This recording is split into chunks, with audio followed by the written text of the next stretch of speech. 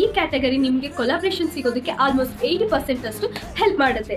UGC ಮತ್ತೆ collaboration ಮಾಡುವಾಗ category ತುಂಬಾನೇ ಇಂಪಾರ್ಟೆಂಟ್ ಆಗುತ್ತೆ.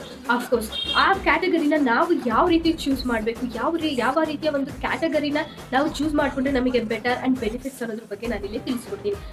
ಓಕೆ, ಫಸ್ಟ್ ನಾನು ಯಾವ ಕ್ಯಾಟಗರಿ ದ ಬೆಸ್ಟ್ ಅನ್ನೋದನ್ನ ಹೇಳ್ತೀನಿ. ಹಾಗೆ ಅದನ್ನು ಬಿಟ್ಟು ಯಾವ ರೀತಿಯಲ್ಲಿ ನಾವು ಕ್ಯಾಟಗರಿಗಳನ್ನ ಚೂಸ್ ಮಾಡಬೇಕು ಅನ್ನೋ ಈ 2 ವಿಷಯಗಳನ್ನ ನಾನು ಇಲ್ಲಿ ಹೇಳ್ತೀನಿ.